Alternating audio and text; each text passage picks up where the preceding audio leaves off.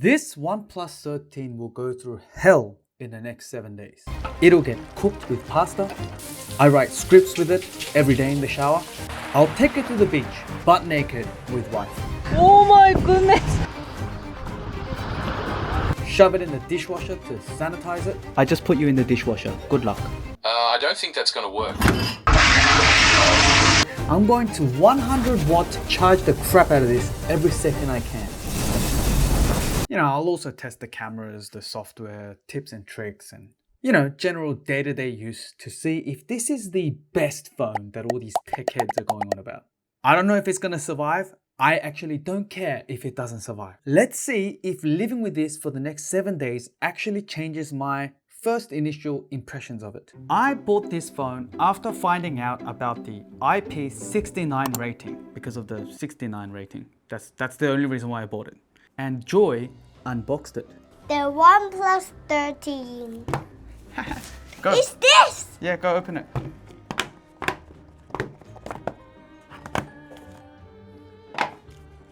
Phone again? Why are you so rough? This is the same one. Shh.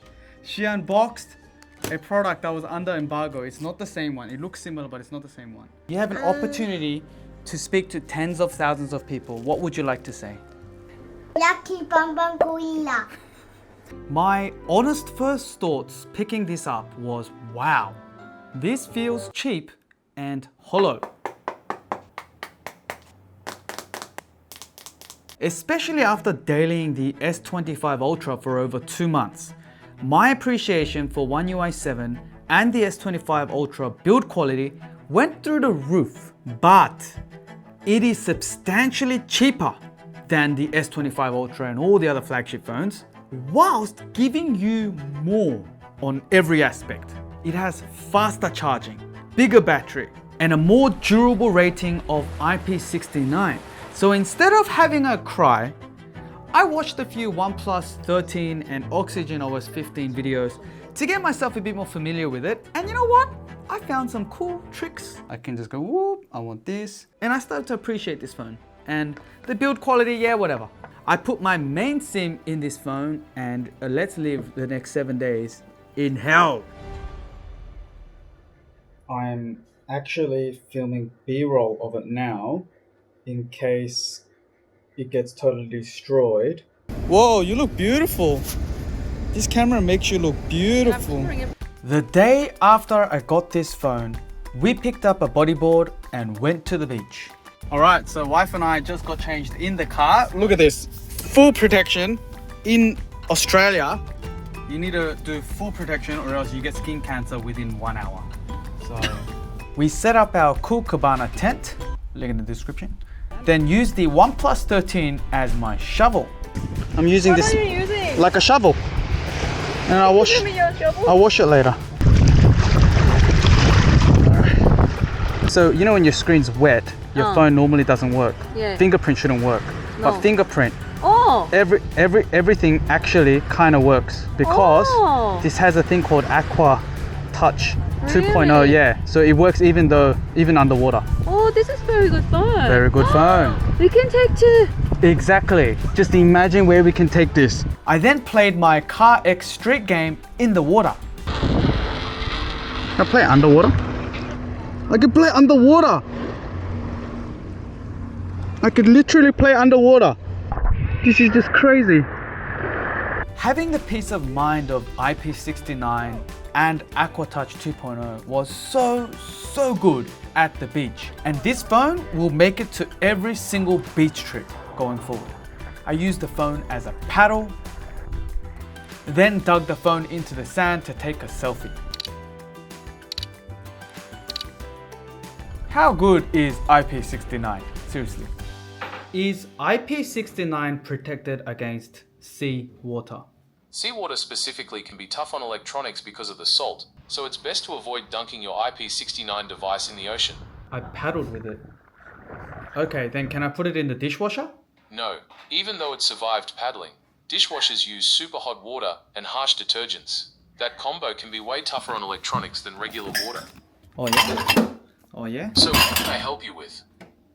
I just put you in the dishwasher. Good luck. I don't think that's going to work. He's still talking. He's still talking. Dishwashers use super hot water and harsh detergents. All right. So the dishwashing has been complete. Ooh, it is a bit steamy. And the light is still on. It's very hot to the touch, but it's not like unbearable. Oh, do I see water damage? Oh no, that's the screen protector. Oh, damn, it's not water damage. Oh, what happens? So the port is full of water. What happens if I shove the charger in now? All right, you ready? It literally might just explode. Nope. I don't think it's VOOC. The port's it's all wet. It actually charges. Look at this. It's super VOOC charging while it's wet.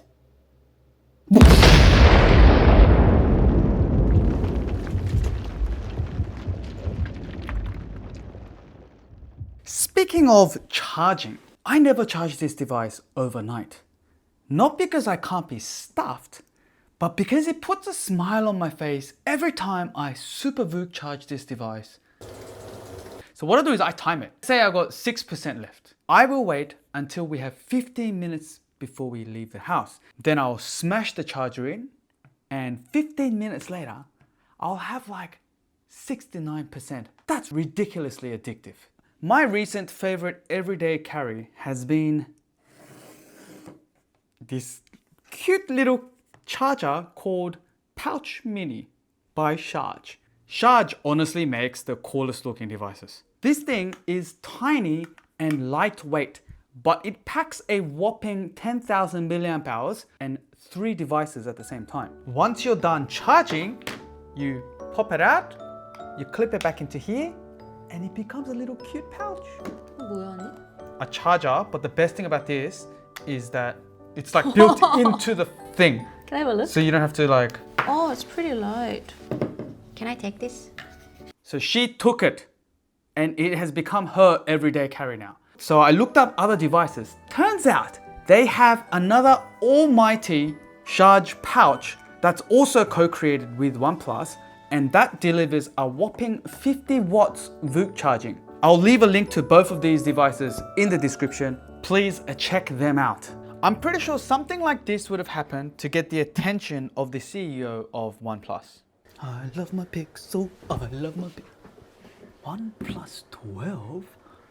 OnePlus is trash! Only IP65! Only IP65! That's it! I want IP69 in this! I want every tech douchebag to put this in a dishwasher and cook their pasta with it! You see, the OnePlus motto used to be, "We are the flagship killers at a fraction of the price." Minus wireless charging, IP rating, cameras, battery tech. It was minus something in order to get that price. This is the first time they can say we have it all, and then some. Like, take the PWM technology in this screen, okay? This thing has 2,000 and something. But your naked eyeball might not be able to see the flicker, but it does damage your eyeballs. And so this is some tech that should be in every flagship phone. I tried really hard. The last 7 days, I tried really hard to scrutinize this and see there's gotta be something. Dare I say, I prefer these cameras more than the S25 Ultra. And the camera bump is very, like, can you see that? Can you even see the camera bump? It's barely there because they use like a W prism for the periscope lens or whatever. Other than the, you know, the hollow feeling of this thing, other than that, the haptics are great, the speakers are great, the cameras are fine, it's super fast. Oxygen OS isn't bad. What I realized was, in the 3D Mark scores, this thing actually has a higher stability score than the S25 Ultra.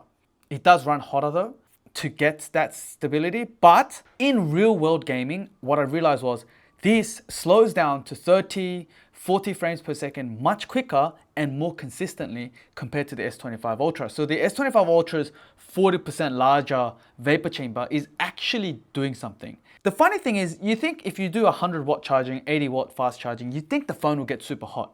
It doesn't. It's like, eh. Let's talk about the software for a hot minute. I really tried to use it, okay? I went through all the settings, I went through multiple videos, and I learned some tricks about Oxygen OS. I actually don't mind it. It's very iOS-like. I think that's the thing I don't like, but that's not bad. I mean, they copied all the good stuff. It's got the dynamic island thing. It has spotlight, so when you pull down, you can search. Let's just begin with a few things that I really like about Oxygen OS 15 on this phone. Okay, now first of all, when you go into multitasking, you've got the usual, multitasking thing at the top. But down here, you've got the app icons you can see. So you can just tap on the app icon and it will go straight there, which is nice. But the cool thing is when you swipe on the app icon, you go through the multitasking much quicker. This is sick. Another thing is you got the edge panel similar to Samsung's. Oh yeah, off-screen gestures. This is cool. So screen's off, and if I just do a gesture, like say do a V, it turns the torch on. V turns the torch off. On, off. That's cool. And you can like set it up to do camera opening, open a random app, or whatever. A few things I miss is I got a spam call the other day and it doesn't have screen calling. Yeah, I like the fact that there's minimal bloat. It is very stock Android-y, which is a nice thing.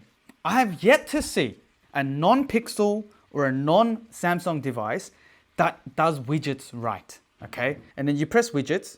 Why is there no search? Why is there no search for widget? Like, why do I have to scroll? So if I got 6,000 apps, like I could be an idiot and have 6,000 apps. I've got to scroll through 6,000 apps to look for Tesla. Like, that's stupid. Let me show you how it should be. I hope, OnePlus, I hope you're watching this video. I hope you are. I love what you guys are doing. Keep doing it, never settle. But just watch this and just put this in the next freaking update, please. Let's go into widgets on the Samsung device, okay? Search. Tesla. Bam. Put a search button. It will take your coders 7 minutes. Because Samsung and Google, Apple, they've got a lot of money. So they spend a lot of money on testing and iterating the software part. Whereas OnePlus and all the other Chinese brands, I just feel like they don't have as much resources nor the experience to do that. I saw on X, people covering their face and using Galaxy AI and Apple AI and all that crap to delete stuff. Now, the OnePlus finally has AI features, which is cool. Erase that. Oh, okay, it got it. Removing. Erase. Generate. Dude! I mean, I look like I just shat my pants. That is crazy. So is this thing overhyped? Kind of. I love the fact that they actually haven't settled for this particular version of OnePlus. But even after a week, I just can't shake off the fact that this just looks a bit stupid and feels a bit cheap. And this is in comparison to the actual flagship phones that this is destroying. The biggest selling point for this guy is the price for what you get. So will I keep this phone?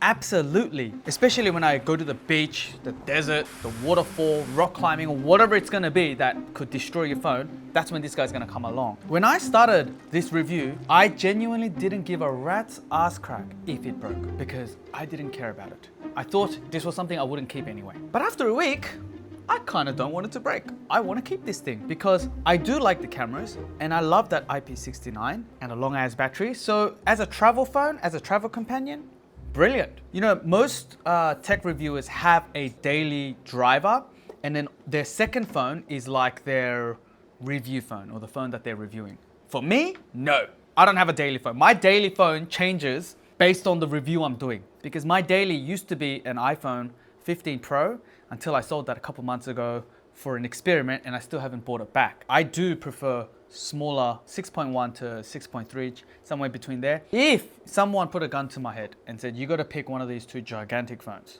which one would you pick? I would take the S25 Ultra. It's the real world gaming performance. One UI 7 software, the S Pen. This right here is another reason why I like the S Pen. This anti-reflective coating screen kind of make it an overall better experience, and the way this thing feels, but you are paying a premium for it. But I do hope that brands like this OnePlus nudges Samsung in a direction where they do take on some of the tech that this thing has, like especially the PWM flickering screen thing. Like that's a genuine thing that all flagships should have. The battery tech, IP69, all that stuff, I can kind of live without. But yeah, but that PWM, shove it in, mate. Because if this thing had all of that, who will buy this? Honestly, who will buy this? Oh, but the price. Yeah. I think that because of this, which got released on the first week of January this year, when the S25 Ultra came out, it is a great phone, but it just didn't look as good because of all the jam-packed crap that they put into this thing. My love, 깜짝이야. I've got a serious question. Can you come help me with something? Wait. Now, I want to ask you, if I was to chuck away everything and keep one, which one should I keep? Because now they have all their specialties, so it's kind of hard to choose. So, okay. This one, selfie. Specialty. This one, go with Instagram, but no more. So waterproof, very strong phone. This one, the specialty was it's pen, but not special anymore. So you can chuck it. This one, Admi, still Yeah, very special. This one, the cup. Hey, you're not allowed to say that. Oh, this one, I like the filter effect. How's the camera quality of this one? It's number 2. Number 2? Oh, out of this? Out of this, number Then 2. keep this one. What?